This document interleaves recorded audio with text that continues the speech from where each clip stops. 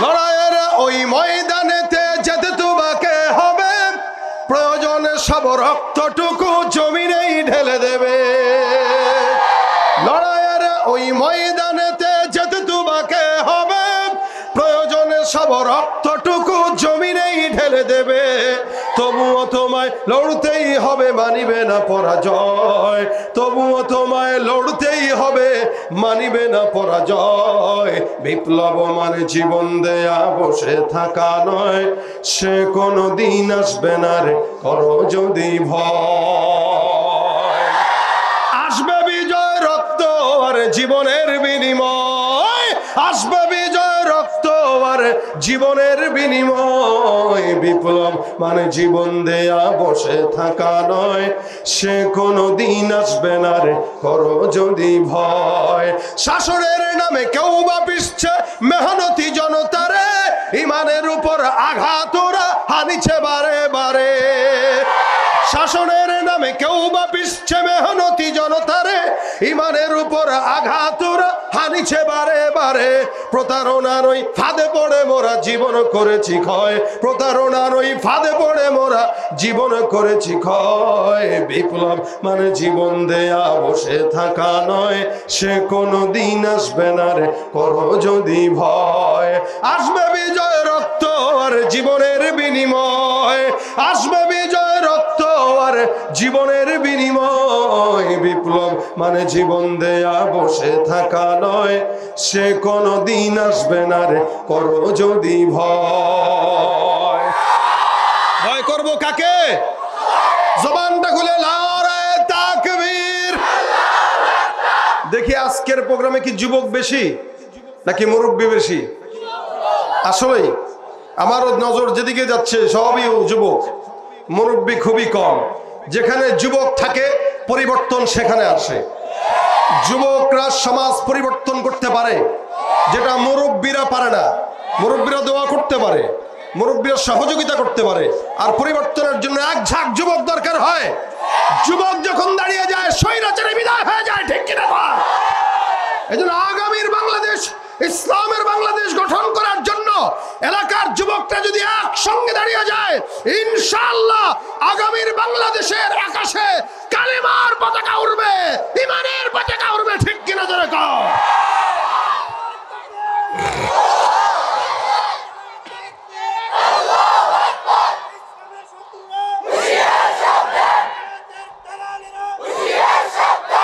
আল্লাহ আমাদের এই ঈমানি কুওয়াতকে বাড়িয়ে দেখ, বলেন আমিন। মৃত্যু পর্যন্ত রাখুক, বলেন আমিন। মৌখিক ভাবে আমরা ইমানদার হতে চাই, আমরা অন্তর থেকে মুমিন হতে চাই। কি থেকে? অন্তর থেকে মুমিন কোনোদিন মানুষের গোলামি করতে পারে না। গত এতগুলা বছর যেই পরিমাণে আমরা মানুষের গোলামি করেছি, সেই পরিমাণে আল্লাহ পাকের গোলামি করলে প্রত্যেকটা মানুষ বুজুর্গ ওলি হয়ে যেত। কিন্তু আমরা পেয়েছি কি? গোলামি করে কোনো ফায়দা হয় নাই।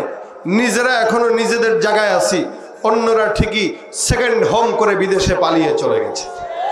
কথা বলেন ঠিক কিনা? এই জন্য দুনিয়াতে যতদিন হায়াত আছে, রক্ত এক দেহ পর্যন্ত এক ফোঁটা দেহের যদি রক্ত থাকে, ইনশাআল্লাহ গোলামি করব কার? গোলামি হবে কার? এই কথা আল্লাহ পাক নিজে বান্দাকে এই কারণেই বলেছেন, মা খালাকতুল জিন্না ওয়াল ইনসা ইল্লা লিয়াবুদুন। এই ইনসান জিন্নাত আমি আল্লাহ পাক এদেরকে আমার গোলামির জন্য পাঠিয়েছি, আমার ইবাদতের জন্য পাঠিয়েছি। আমি খাওয়াইলাম, আমি পড়াইলাম, আমি তোমাকে হাওয়া দিলাম, আমি বাতাস দিলাম, আমি আগুন দিলাম, আমি মাটি দিলাম, আর তুমি গোলামি করো 2 টাকার নেতা। কথা কয় না? 2 টাকার নেতা আপনাকে 1 কাপ চা দেয় আর একটা ছিঁড়া নোট দেয়, এর বাহিরে কিছু দেয় না। এই ছিঁড়া নোট পেয়ে যদি কেউ এভাবে মানুষের গোলামি করে, যে আল্লাহ পাক 24 ঘন্টা হাওয়া বাতাস দিয়ে অক্সিজেন দিয়ে বাঁচিয়ে রেখেছে, সে মাওলার জন্য কি করা দরকার ছিল একটু চিন্তা করে দেখে।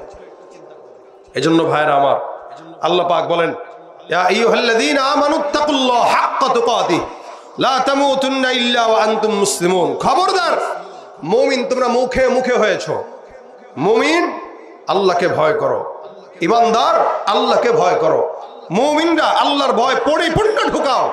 আর খবরদার মুসলমান হয়ে আইসো, ওই দল করে আইসো না, ওই দল করে আইসো না। দলের নাম আল্লাহ পাক বলেন নাই, আল্লাহ মুসলমান হওয়ার কথা বলেছেন। তার মানে কবরে যাওয়ার পরে দল পরিচয় এটা জিজ্ঞাসা করবে না, মুসলমান কিনা এটাই জিজ্ঞাসাকৃত হবে। কি বলেন ঠিক কিনা?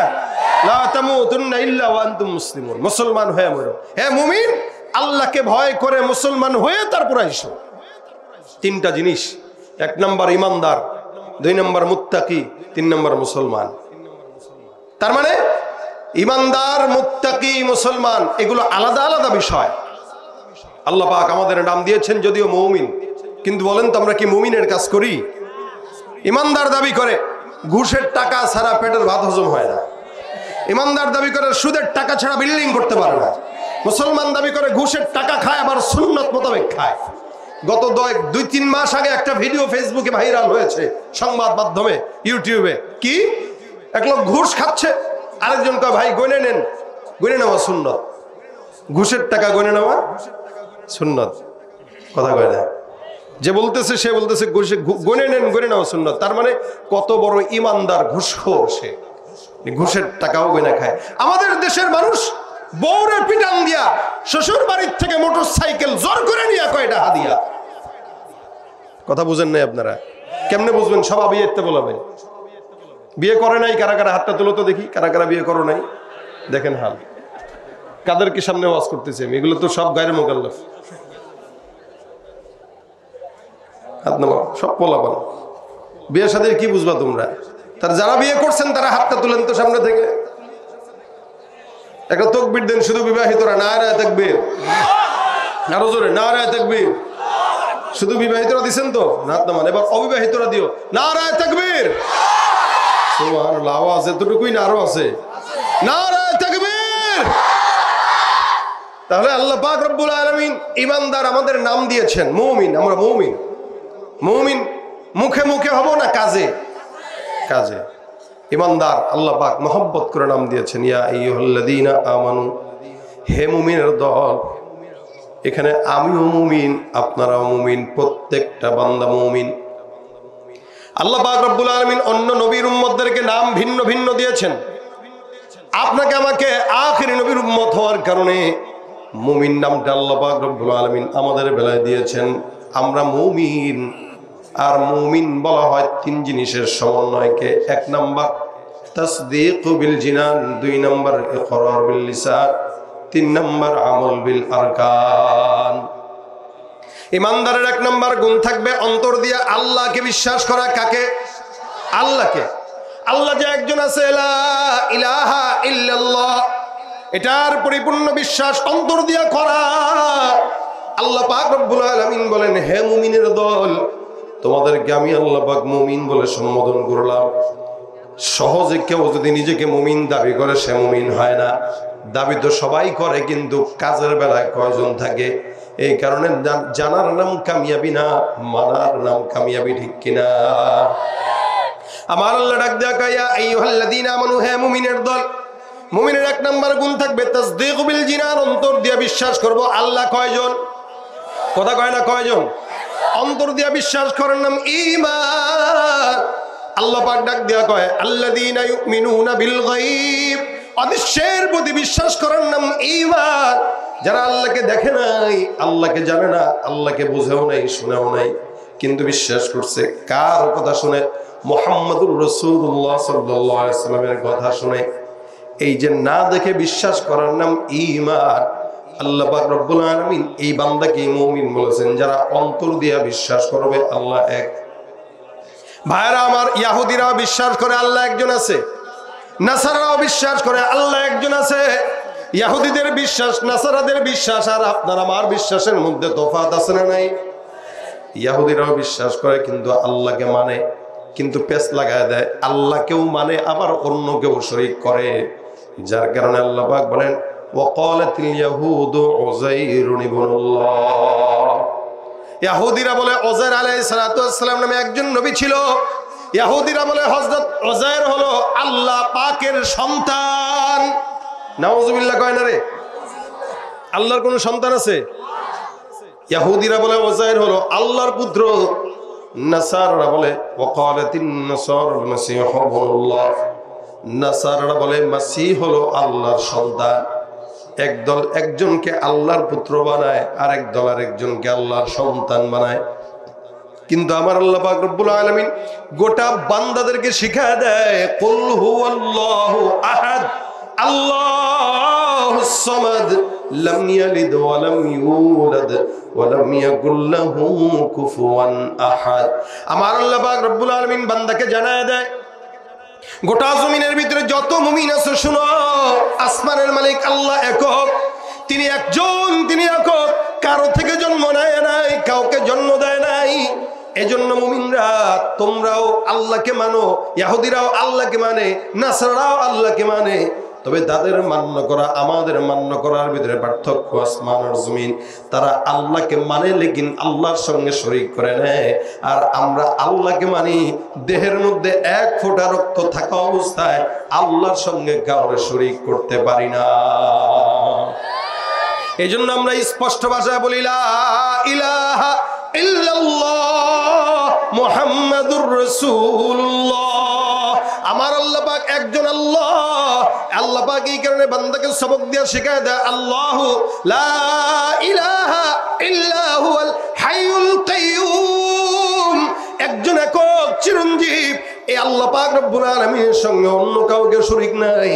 এইটাকে বলা হয় ঈমানদারের দৃঢ় বিশ্বাস। আল্লাহ পাক রব্বুল আলামিন যে ঈমানদারকে মুমিন বলেছেন, এই ঈমানদারের সর্বপ্রথম গুণ থাকবে তাসদীক বিল জিনান, অন্তর দিয়া বিশ্বাস করবে আল্লাহ এক। এরপরে 2 নাম্বার জবান দিয়া স্বীকার করবে লা ইলাহা ইল্লাল্লাহ। জবান দিয়া স্বীকার না করার কারণে কে যত বড় মুমিন দাবি করুক না কেন হতে পারে না। জবানের স্বীকারোক্তি বড়ই দামি। জবান দিয়ে স্বীকার করলে ইমানদার হওয়া যায়, জবান দিয়ে স্বীকার করলে মুশরিক হয়ে যায়। কেউ যদি বিয়ে করার পর বউরে আই লাভ ইউ কয় বউ তোমার তালাক, কোন তো বউ আছে না গেছে? কেন আই লাভ ইউ কয়ে তো কইছে গেছে কেন? জবান দিয়ে বলে দিছে, বাস শেষ। আবার জবান দিয়া 2 জন সাক্ষী নিয়ে সুন্দর করে দিছে, কবুল হয়ে গেছে। জবান দিয়া কেউ কাউরে বকা একটা দিল তো কাম সেরে গেছে। আবার জবান দিয়া কেউ কাউরে ভালোবাসার কথা জানাইলো, মোহব্বত বেড়ে গেছে। জবানের স্বীকারোক্তির অনেক দাম। আমার পয়গম্বর আল্লাহর নবীর চাচা আবু তালেবকে যখন ডাক দেয়, আবু তালেব আমার পয়গম্বরকে অনেক মোহাব্বত করতে। মৌতের আগে সাকরাতুল মৌতের সময় নবী আমার ডাক দেয়, কয় চাচা এই মৃত্যুর আগে জবান দিয়া একবার আমার কানের ভিতরে শুনায় দেন লা ইলাহা ইল্লাল্লাহ। আমি পয়গম্বর আপনার জন্য আল্লাহর দরবারে সুপারিশ করব। আল্লাহ পাক রব্বুল আলামিন আমি সুপারিশ করলে আল্লাহ আপনাকে আমার সঙ্গে আল্লাহর জান্নাত দান করে দিবেন। সারা জিন্দেগি আপনি আমাকে এত মহব্বত করলেন, সহযোগিতা করলেন, কিন্তু আপনি যদি জাহান্নামে যান এটা আমার জন্য বড় দুর্ভাগ্য ছাড়া আর অন্য কোনো কিছু হবে না। হে চাচা আপনি আমাকে একবারের জন্য স্বীকার করে বলে দেন লা ইলাহা ইল্লাল্লাহ। আমাকে বলবেন, আমি কাউকে বলবো না, শুধু আমি জানবো আর আল্লাহ জানবে। আবু তালেব বলে মুহাম্মদ তোমাকে আমি বিশ্বাস করি, তুমি সত্য নবী, আল্লাহ যে সত্য একজন আছে বিশ্বাস করি, কিন্তু খবরদার জবানের স্বীকারোক্তির কথা বলবা না। কারণ জবান দিয়ে স্বীকারোক্তি যদি করি একদিন না হয় একদিন আমার সমস্ত সন্তানরা জাতিরা জানবে আমি যে ঈমান নিয়েছি। এরা আমাকে গালি দিবে, এরা আমাকে খারাপ কথা বলবে। আমি চাই না শেষ বয়সে এসে আমার কলঙ্ক লাগাক, আমার গায়ের মধ্যে কলঙ্ক চেপে বসুক। এতটুকুন স্বীকারোক্তি না করার কারণে গোটা জিন্দেগি আবু তালেবের জাহান্নাম হয়ে গেছে। এ মুসলমান, এই কারণে ঈমানের 2 নাম্বার গুণ জবানের স্বীকারোক্তি করা। এ ভাইরা আমার, ঈমানের 3 নাম্বার গুণ হলো আমল বিল আরকান। আমাদের ভিতরে 2টা গুণ আছে। অন্তর দিয়ে বিশ্বাস করি আল্লাহ একজন আছে, জবান দিয়েও স্বীকার করি লা ইলাহা ইল্লাল্লাহ। কিন্তু মুশকিল হইল কোথায়? মুশকিল হইল অন্তর দিয়েও বিশ্বাস করি, জবান দিয়েও স্বীকার করি, কিন্তু আমলের বেলায় অধিকাংশ ঈমানদার একটাও আমল করে না, যার কারণে সব বেঈমান হয়ে মরে। ঠিক কিনা? আসলে আমরা ইসলাম পেয়েছি অনেক সস্তা, অনেক সস্তা ইসলাম। আমাদের ইসলামের জন্য কোনো কষ্ট হয় নাই। যেমন আমার বাবা মুসলমান ছিল, দাদা মুসলমান ছিল, যার কারণে আমরাও মুসলমান। জন্মসূত্রে আমরা ইসলাম পেয়েছি। যে কোনো জিনিস মানুষ যখন ফ্রি পায় ওটার মূল্যায়ন থাকে কম। যেমন আপনি একটা বাড়ি ঢাকা শহরে কিনলেন, ফ্ল্যাট কিনলেন, কত দিয়ে? 40 লাখ। আরেকটা গ্রামে বাড়ি করলেন নিজের হাত দিয়ে থেকে 10 লাখ। আপনার 40 লাখের ফ্ল্যাটের চেয়ে 10 লাখের মূল্য থাকবে বেশি, কারণ এটা মহব্বত করে কষ্ট দিয়ে চয়েস করে বানাইছেন। দেখবেন কেউ পাঞ্জাবি কাপড় গজ কিনে 500 টাকা গজ দিয়া 4 গজ কিনলো 2000 টাকা, আবার সেলাই করতে যায় 1000 টাকা দিল, 3000 টাকা খরচ করলো, এই পাঞ্জাবির মূল্যায়ন থাকে। আর যে নাকি গুলিস্তান থেকে 250 টাকা দিয়ে একটা পাঞ্জাবি রেডিমেড কিনে, ওই পাঞ্জাবির মূল্যও থাকে না, ওটার প্রতি মহব্বত থাকে না কোনো মতে। ওইটা আরে চললো হারাইলে হারাইলে। এটা হলো রেডিমেডের একটা কুফল। আমরা ইসলাম রেডিমেড পেয়েছি, ইসলামের জন্য আমাদের কষ্ট করা লাগে নাই। বাবা পেয়েছে মুসলমান, আমিও মুসলমান, দাদা মুসলমান, আমিও মুসলমান। এই বাপ দাদার থেকে ইসলাম পাওয়ার কারণে আপনার আমার কাছে ইসলামের গুরুত্ব নাই। হ্যাঁ, যদি সাহাবা আজমাইনদের মতো জীবনের প্রত্যেকটা পদক্ষেপে ইসলামের জন্য রক্ত দেওয়া লাগতো, জীবন দেওয়া লাগতো, এই জীবনের প্রত্যেকটা পদক্ষেপে ইসলাম ছাড়া অন্য কোনো কিছু ফলো করতে পারতাম না। যেহেতু ফ্রি পেয়েছি, এই কারণে ইসলামের গুরুত্ব নেই। এই কারণে ভাইরা আমার, আমাদের দেশে আদমশুমারি হয় না, মানুষ গণনা। কি হয়? আদমশুমারি মানে কি? গণনা হয়। এদেশের পরিসংখ্যান, মানুষ কত, ছেলে কত, মেয়ে কত, মুসলমান কত, হিন্দু কত, খ্রিস্টান কত, এগুলো একটা আদমশুমারি। আদমশুমারিতে বাংলাদেশে মুসলমান বেশি না কম? অবশ্যই বেশি, এবং অনেক বেশি। আদমশুমারি হওয়াতে মুসলমানের সংখ্যা বেশি হওয়া যায়, এটা আমরা জানি। বাংলাদেশে যদি আমল শুমারি হইতো, আমল শুমারি, তাহলে এদেশে একদম 0% মুসলমান থাকতো। কারণ আমাদের দেশের ফজরের নামাজের দিকে তাকাইলে মনে হয় একটা মুসলমানও নাই, সব নাস্তিক। আর জুমার নামাজের দিকে তাকাইলে মনে হয় সব মুসলমান বড়। কেন? ফজরের নামাজে মুসল্লি 5 জন হয় না, জুমার নামাজে 5 তলা বিল্ডিং বেড়ে যায়। কথা কয় না? এই হলো মুসলমানের সংখ্যা। এরা মুখে মুখে দাবি করে, কিন্তু একটাও খাঁটি মুসলমান হতে পারে। এই জন্য আল্লাহ বলেন, ওয়ামিনান নাসি মান ইয়াকুলু আমান্না বিল্লাহি ওয়া বিল ইয়াউমিল আখিরি ওয়া মা হুম বিমুমিনিন। মানুষের ভিতরে একদল থাকবে যারা নিজেদেরকে মুমিন দাবি করবে, ঈমানদার দাবি করবে। আমার আল্লাহ পাক রব্বুল আলামিন বলে, এরা মুমিন দাবি করে, ঈমানদার দাবি করে, এরা নিজেরা আখিরাতকে বিশ্বাস করে, এই কথাও দাবি করে। কিন্তু আমি আল্লাহ পাক রব্বুল আলামিন বললাম, এরা যতই মুমিন দাবি করুক না কেন, একটাও মুমিন নয়, এরা বেঈমান আর ভণ্ড। ঠিক কিনা? তুমি রমজান এলে রাখো না রোজা, দিনকে করো আঘাত, পয়সা কড়ির নেই তো অভাব, দাও না তো যাকাত। ঠিক কিনা? তুমি রমজান এলে রাখো না রোজা, দিনকে করো আঘাত, পয়সা কড়ির নেই তো অভাব, দাও না তো যাকাত। তুমি ঈমানদারির বড়াই করো, নেই তোমার ঈমান, তুমি ঈমানদারির বড়াই করো, নেই তোমার ঈমান। তুমি কেমন মুসলমান, তুমি কেমন মুসলমান? কথা কয় না? আছে না নাই? নামাজের সাথে নাই পরিচয়, মানো না কোরআন। নামাজের সাথে নাই পরিচয়, মানো না কোরআন। তুমি কেমন মুসলমান, তুমি কেমন মুসলমান? ইমানদার ভাইরা আমার, আল্লাহ পাক রব্বুল আলামিন আমাদের নাম দিয়েছেন ইমানদার। আমল বিল আরকান, ইমানের সর্বশেষ গুণ। ইমানদার যারা দাবি করবে, অন্তর দিয়ে বিশ্বাস করবে, জবান দিয়ে স্বীকার করবে, আর হুকুম আল্লাহ পাক যত বিধান দিয়েছেন এই সমস্ত বিষয়গুলো মান্য করবে, আর যেগুলো নিষেধ করেছেন ওগুলো থেকে নিজেকে হেফাজত রাখবে। আমল বিল আরকান, বাংলাদেশে জবানের স্বীকারোক্তিও আছে, অন্তরের বিশ্বাসও আছে, কিন্তু আমলের বেলায় লোক খুঁজে পাওয়া যায় না। ঠিক কিনা? হে ভাইরা আমার, এমনি এমনি কোনো বান্দাকে ইমানদার বলা চলে না। ইমানদার যদি দেখতে চান, বেলালের দিকে নজর দিন। এমন একজন সাহাবী বেলাল, যেই বেলালটা ইমানের কারণে নিজের জীবনটাকে বিসর্জন দিয়ে দিছে। আল্লাহ পাক রব্বুল আলামিনের পয়গম্বরের সাহাবী বেলাল রাদিয়াল্লাহু তাআলা আনহু ইমানের কারণে ওই তার মুনিব উমাইয়া ইবনে খালফ প্রতিনিয়ত তাকে আঘাত দিত আর কষ্ট দিত। বেলাল রাদিয়াল্লাহু তাআলা আনহুর বড় ঈমান ছাড়তো না। গোপনে গোপনে কালেমা পড়তো, গোপনে গোপনে নামাজ আদায় করত, গোপনে গোপনে তেলাওয়াত করত।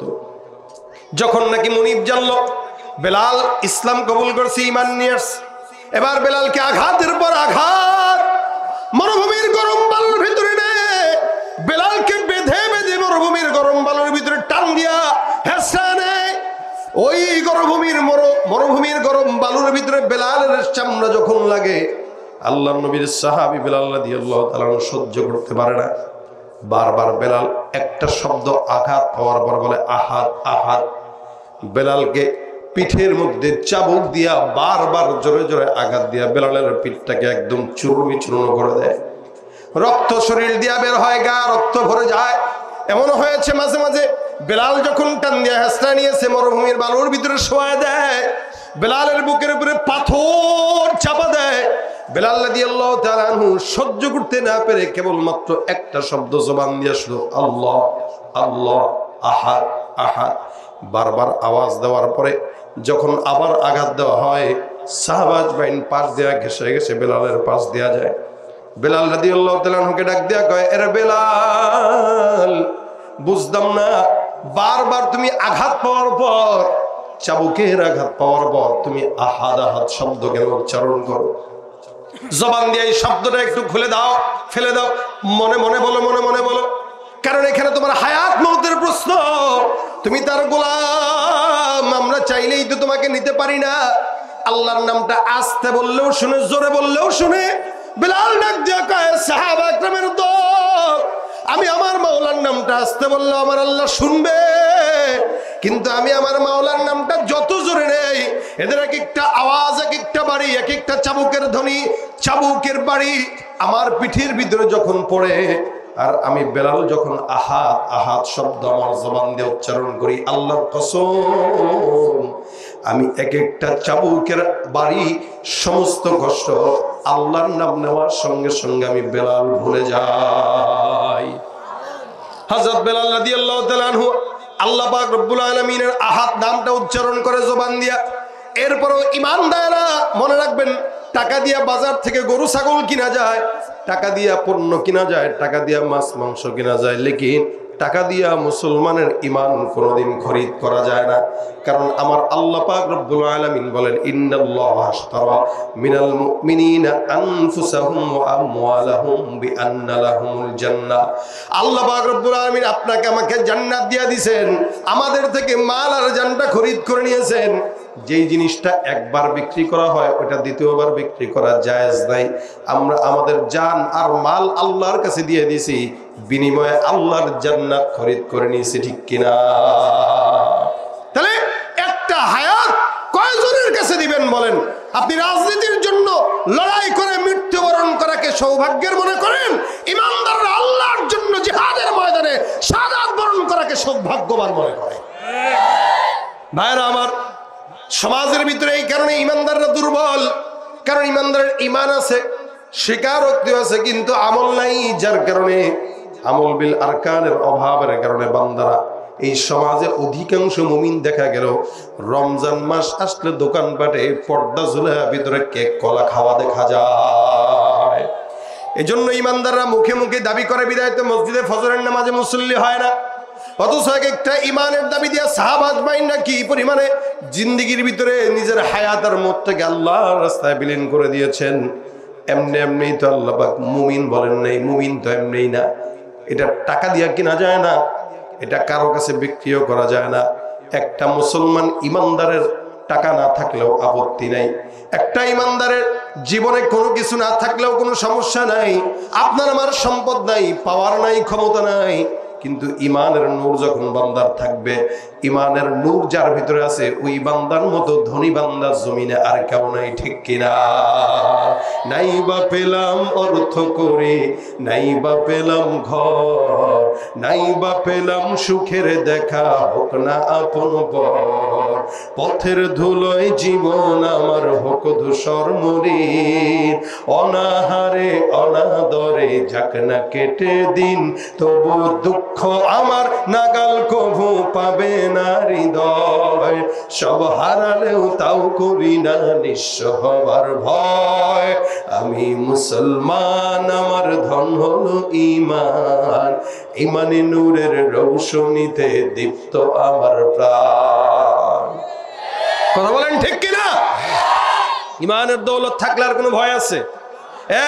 আল্লাহর নবী সাল্লাল্লাহু আলাইহি ওয়াসাল্লাম কোন এক যুদ্ধে জাফর রাদিয়াল্লাহু তাআলা আনহুকে যুদ্ধের ময়দানে সেনাপতি বানায় দিয়েছেন। দেখেন সাহাবা আজমাইনদের ঈমানের নূর ছিল কেমন, আপনার আমার ঈমানের নূর কেমন। আমরাও ঈমানদার দাবি করি, সকাল থেকে সন্ধ্যা পর্যন্ত এমন কোনো গুনাহ নাই যেটা করি না। ঈমানদার দাবি করি, এমন কোনো হারাম কাজ নাই যেটা করি না। ইমানদার দাবি করি সুদের টাকা খাই, ইমানদার দাবি করি ঘুষ খাই, ইমানদার দাবি করি জমিনের ভিতরে এমন কোনো অন্যায় নাই, এমন কোনো গুনাহ নাই যেটা আমাদের হয় না। তারাও ইমানদার, আমরাও ইমানদার, তফাৎ আছে না নাই? আল্লাহর নবী সাল্লাল্লাহু আলাইহি ওয়াসাল্লাম তিনজন সাহাবীকে এক যুদ্ধে সুন্দর করে সেনাপতি বানায় দেয়। এর ভিতরে জাফর তাইয়ার রাদিয়াল্লাহু তাআলা ছিলেন, নবীর পালক পুত্র যায়েদ ছিলেন, আব্দুল্লাহ ইবনে রাওয়াহা কবিও ছিলেন। তিনজন যখন যুদ্ধের ময়দানের সেনাপতি, এক একজন ঘরের থেকে বিদায় নিয়ে আল্লাহর রাস্তায় যায়, ইমানের টাকা যায়, যুদ্ধের ময়দানে চলে গেলেন। প্রতিমধ্যে যখন যায় সবাই সবার থেকে বিদায় নিয়ে যায়, জাফর বিদায় নিয়েছে। পরিবারের কাছে ডাক দেয়া কয়, বিবি আমার, বাচ্চা আমার, ভালো থাকো, জান্নাতে আল্লাহর নবী তোমাদের সঙ্গে, জান্নাতে আমাদের দেখা হবে, রাসূলের সঙ্গে দেখা হবে। বিবি বলে, স্বামী এই সমস্ত কথা জবান দিয়ে বের করার দরকার নেই। স্বামী জাফর রাদিয়াল্লাহু তাআলা বলেন, বিবি আমার, নবী যেখানে আমাকে যুদ্ধের ময়দানে শাহাদাতের জন্য পাঠাইতেছি, ইমানের জন্য, সেখানে তুমি যাই বলো না কেন এমন কথা বলবা না যেটা আমার জান্নাতের রাস্তায় আমার জন্য অন্তরায় দাঁড়ায় যায়। যাই আল্লাহ পাক রব্বুল আলামিনের ঈমান সাচ্চা বুকে নিয়ে জিহাদের ময়দানে যায়, নবী পাঠায় দিলেন জাফর ইবনে তাইয়ার রাদিয়াল্লাহু তাআলা আনহু। যুদ্ধের ময়দানে যায়, সাহাবা একরাম এক একজন লড়াই করে করে আল্লাহর নবীর পালক পুত্র যায়েদ শাহাদাত বরণ করেছে, আব্দুল্লাহ ইবনে রাওয়াহা শাহাদাত বরণ করলো। জাফর রাদিয়াল্লাহু তাআলা আনহু যুদ্ধের ময়দানে কালেমার পতাকাটা হাতের মধ্যে নিয়ে লড়াই করে, সাহাবা বাইন্দাও লড়াই করেন, জাফরও লড়াই করেন। ডানে শত্রু, বামে শত্রু, সামনে আর পিছনে কাফের। জাফরকে চতুর্দিক থেকে ঘিরে ধরে জাফর রাদিয়াল্লাহু তাআলা আনহু একটা একটা করে কচু কাটা করে আল্লাহর নবীর সাহাবী সামনের দিকে আগায় যায়, ইমানের কালেমার পতাকাটা হাতের মধ্যে আছে, সামনে আগায়। জাফর রাদিয়াল্লাহু তাআলা আনহু যুদ্ধের ময়দানে লড়তে লড়তে সামনে আগায়। হঠাৎ করে এক জায়গা থেকে একটা তরবারির আঘাত জাফরের ডান হাতকে ফেলে দেয়। ডান হাতের কালেমার পতাকা, ইমানের পতাকা আল্লাহর নবীর সাহাবী বাম হাতে ধরে ফেলেন, ডান হাতটাই পর্যন্ত ঝুলে আছে। সাহাবী জাফর চিন্তা করলো, ডান হাতটা যেহেতু অর্ধেক পড়ে গেছে, একটু বাকি আছে, এটাকে রেখে আল্লাহ কি? আল্লাহর নবীর সাহাবী জাফর রাদিয়াল্লাহু তাআলা আনহু সুন্দর করে হাতটাকে ধরলেন, মুখের সঙ্গে কামড় দিয়ে হাতটাকে ছেড়ে একদম জমিনে ফেলে দিয়ে দিয়েছে। জাফর রাদিয়াল্লাহু তাআলা চিন্তা করলেন যে এই হাতটা যুদ্ধের ময়দানে অথচ ওই হাত রাখা দরকার নেই। বাম হাত দিয়া কালেমার পতাকা উঁচু করে যুদ্ধের ময়দানে লড়াই করে, আবার কিছুক্ষণ পর বাম হাতে আঘাত। আল্লাহর নবীর সাহাবী জাফর রাদিয়াল্লাহু তাআলা আবার সামনে আগায় যায়। জাফরের বাম হাতের কালেমার পতাকাটা জমিনে পড়ার আগেই আল্লাহর নবীর সাহাবী কালেমার পতাকাটাকে জবান দিয়া আঁকড়ে ধরে রেখেছে। জবান দিয়ে আবার যুদ্ধের ময়দানে কালেমার পতাকাটাকে আঁকড়ে কামড়ায় কামড়ায় ধরে সামনের দিকে আগায়। চতুর্দিকে শত্রু আর শত্রু, কাফেররা আঘাত দিতে দিতে সামনে যায়। জাফর রাদিয়াল্লাহু তাআলা আনহু যুদ্ধের ময়দানে শাহাদাত বরণ করে অবশেষে চতুর্দিক থেকে কাফের বেঈমানদের তরবারির আঘাত দিয়ে জাফর রাদিয়াল্লাহু তাআলা আনহুকে ক্ষতবিক্ষত করে জমিনে ফেলে দেয়। জাফর রাদিয়াল্লাহু তাআলা আনহু এরপরও কালেমার ইমানের পতাকাটাকে জবান থেকে ফেলান নাই, এটাকে উঁচু করে ধরে রাখছে। মৃত্যুর আগে সাহাবা একরামদের উদ্দেশ্যে বলে, সাহাবারা, আমি জাফর আল্লাহর কালেমার ইমানের পতাকাটাকে জমিনে পড়তে দেই রে, খবরদার ইমানের পতাকা জমিনে পড়তে দিও না, এটাকে উজ্জ্বল করে রেখে দিও। জাফর রাদিয়াল্লাহু তাআলা আনহু শাহাদাত বরণ করলেন। নবীর কাছে খবর যায়, ইয়া রাসূলুল্লাহ, এই যে এই মারা গেল। আল্লাহর নবী জাফরের কাছে আসলেন, হাত দুইটা নাই, শাহাদাত বরণ হয়ে গেছে। নবী আমার ডাক দিয়ে কয়, এ সাহাবা একরামের দল, আমি আমার জাফরকে দেখতেছি ইয়াতিরু বিজানাহিহি হাইতু শা। আল্লাহ পাক রব্বুল আলামিন জাফরকে জান্নাতের সুন্দর সবুজ পাখি বানায় এখনই জান্নাতের মধ্যে উড়ান দিয়ে দিছে। আল্লাহর নবীর সাহাবী ইমানের কালেমার পতাকা উড্ডয়ন করার জন্য জিহাদের ময়দানে শাহাদাত বরণ করলো। ইমানের জন্য তারা লড়াই করেছে, ইমানের জন্য তারা জীবন দিয়েছে। আর আমরা ইমানের জন্য জীবন তো দূরের কথা, নামাজটাই তো পড়তে পারি না। অথচ নবী করিম সাল্লাল্লাহু আলাইহি ওয়াসাল্লাম বলেন, যার নামাজ নাই তার ইমানই নাই, ঠিক কিনা? হে মুসলমান, এই কারণে আল্লাহ পাক বলেন ইয়া আইয়ুহাল্লাযীনা আমানু আমিনু, হে মুমিনের দল ঈমানদার হও। এখন তো মুসলমান সমাজে ঈমানদারও পাওয়া যায় না। যুদ্ধের কথা, জিহাদের কথা বললেও অনেকে আমাদেরকে জঙ্গি বলে আখ্যায়িত করতে চায়, ঠিক কিনা? শাহাদাতের কথা শুনতে মন চায় না, জিহাদের কথাও শুনতে মনে চায় না। একদল দাড়ি টুপি দেখলেই আমাদেরকে জঙ্গিবাদ বলে এতদিন পর্যন্ত জেলখানায় ঢুকায় দিয়েছে, ঠিক কিনা? জন্মের পরে